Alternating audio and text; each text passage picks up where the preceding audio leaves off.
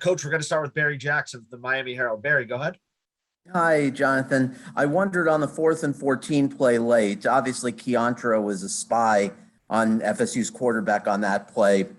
Was he permitted to aggressively rush on that play? Because on the previous play on a 3rd and 14, Amari kind of looked like a spy, but quickly rushed and got pressure on the quarterback. So was Keontra allowed to rush in that instance? Yeah, so we did have him spy on the quarterback. What we tell those guys is we don't go get them unless they get out of the pocket, off the mark.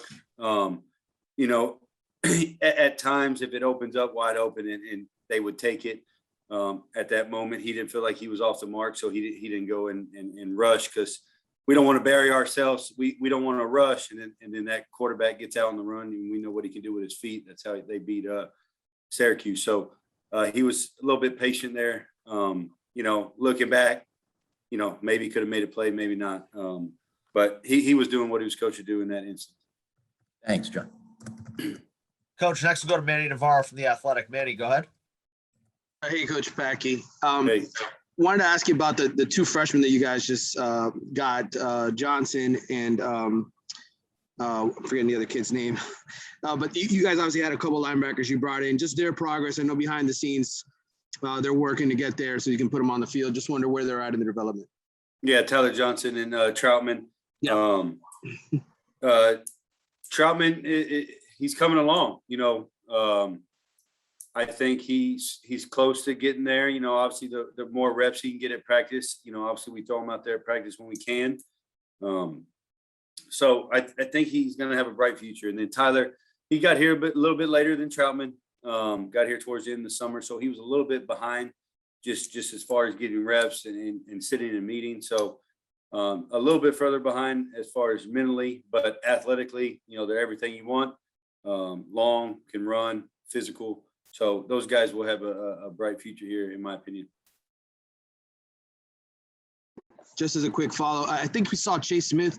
I mean, I know he's been with the Strikers, but did you guys have him inside at all? One of the two, weak side or middle in the game? We saw him get some snaps. No, he went in and played striker for us and did a really nice job.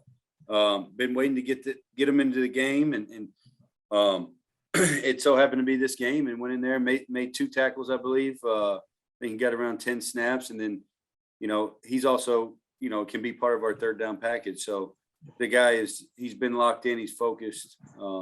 Really excited to get him out there and let him watch him run around and make tackles. So it was good to see. I think you can see the amount of young guys we have out there, and they're learning by the fire at times, but also their playmaking ability shows up. Thanks. Reminder to please use the hand raise function. If you've got a question for Coach Patke, we'll go to Daryl Streeter of Footballville. Daryl, go ahead. To follow up on Chase Smith, does he have the tools to convert to linebacker future in his career? Yeah, I mean, his length. I mean, he's a really big guy. Obviously, when I recruited him as a striker because I loved his length and his speed and he's quick, he's fast. He played wide out and safety in high school. So, but with that frame, you can also put on with in another offseason, he could end up being big enough to come inside, and I know he's physical enough. He loves ball. He's a headhunter. He's got a nose for the football. So definitely, you always want your best 11 out there. So we got to find a way to, if that's inside or striker, whatever it may be. But he did show up the other day. Coach, next we'll go to Susan Miller-Degnan at the Herald. Susan, go ahead. Hey, John. Hey. Wondering about your perception on how it might have been different in general had Manny Diaz hired a defensive coordinator as opposed to taking on, that role all himself and having to wear all the hats also that a head coach has to wear, and how much more complicated that's made it. What, you being a defensive guy, how do you see that? Yeah, I mean, I think I don't think you can ever look at the other side of that. We are where we are, and Coach Diaz is doing a great job, in my opinion, of building this program and calling plays. And I think it's natural for him to call defenses, and that's what he wanted to do. And I don't think you can second guess that after a loss. I just don't think in a big game you always want to second guess a call or what we're doing inside. And I just don't think that's the time. I think he's doing a heck of a job. And obviously he's my mentor in this business, and I've learned this defense underneath him. And we played a lot of great defense here and while he was calling the plays. So really, really elite defense. And if you go back to your 16, your 17, your 18, when he was DC, you're talking top 10 in the country. So he knows he can do it. We all believe in him as a staff. So, you know, I don't ever think about the other side of it. Coach, we'll go next to Matt Shodell from Cane Sport. Matt, go ahead. Hey, Jonathan. So I wanted to ask you about that final punt to Florida State. I thought that the returner had signaled for a fair catch. Maybe he did not. Can you tell me what happened on that? And then also, is one of your guys supposed to run behind the returner in case in that situation he's going to let it go? I was just curious on that also. Thanks. Yeah. So if we want to down it, obviously we would want to down that at the 1 yard line like we did earlier in the game. Earlier in the game, we were actually on the plus side of the territory. So I can always tag a pooch onto our punt, which tells our gunners to go ahead and bypass the returner and go to the 1 yard line and down it, just like they did beautifully before in the game. Now, the last punt, we were minus 45 yard line. The guy had just muffed a punt. I really wanted him to field it because I think he would have muffed it again. And what happened was our guys surrounded him. We did not tag Pooch because I wanted he did fair catch. We surrounded him, and at the last second, he pulled out of it. And he didn't want to field the ball. So, you know, it was an unfortunate bounce. You know, it landed on the 15 yard line. It took a 15 yard bounce, and we got it. You know, it was close. Malik had his hands on it while I was going into the end zone. So it was just an unfortunate bounce, but we were hoping he fielded it one way or the other. Either he was going to muff it and we were going to gain possession, or it was going to be on the 15 yard line. So, you know, I think Lou executed beautifully a kick that we wanted. And the gunners were surrounding the returner, hoping, because we had already seen him drop one. We wanted him to drop another one. Coach, last hand up I got for you is from David Wilson of the Miami Herald. David, go ahead. Hey, John, I want to ask you about the penalties, which I know obviously aren't just limited to one unit, but you got, I think the linebackers, I think all three jumped off sides on that first possession there. It's obviously just been kind of a persistent issue the last few years here. I don't know, what do you guys need to do to clean that up? Yeah, I feel like in the last couple of weeks, we have cleaned up our penalties. You know, I think that first drive, penalties come because of emotion. And when you become emotional and you start pressing, you start getting penalties. So I think our guys were emotional in a big time game.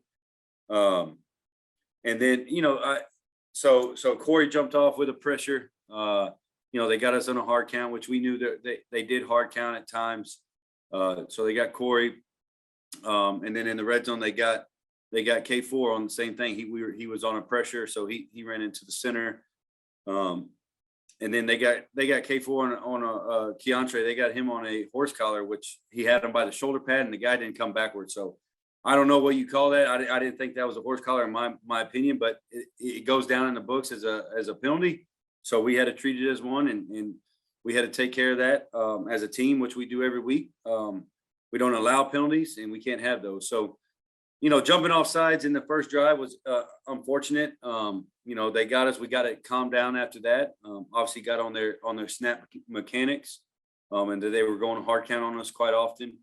But the horse collar on Keontre, it's, you know, you go back and watch the film. He had him on the shoulder pad, and the guy fell forward. So I think the definition of a horse collar is the guy has to go backwards. So, you know, that's one of those say, hey man, you can't do that, and you got to be punished for penalties. But some of those are questionable in my opinion. And the one on the sideline that Keontre got later, you know, same thing. It was a bang bang play. His foot was still in bounds. He was pulling up out of bounds. Keontre went to hit him while his foot was still in play. So it's either I tell the guys to slow down and don't take a shot at the guy that's still in the field of play, or it's going to be a 50-50 call on whether we get that. You know, I think there's multiple penalties that you can get. Pre-snap, obviously we can't happen. That can't happen.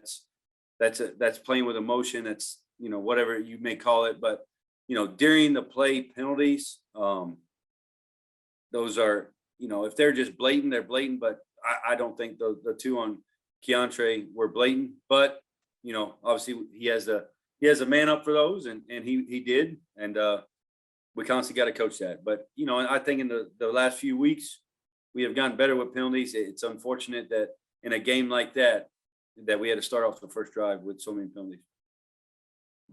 Thank you. Coach Patke, thanks for spending a few minutes with us today, and good luck this week in practice. We appreciate it. I appreciate y'all.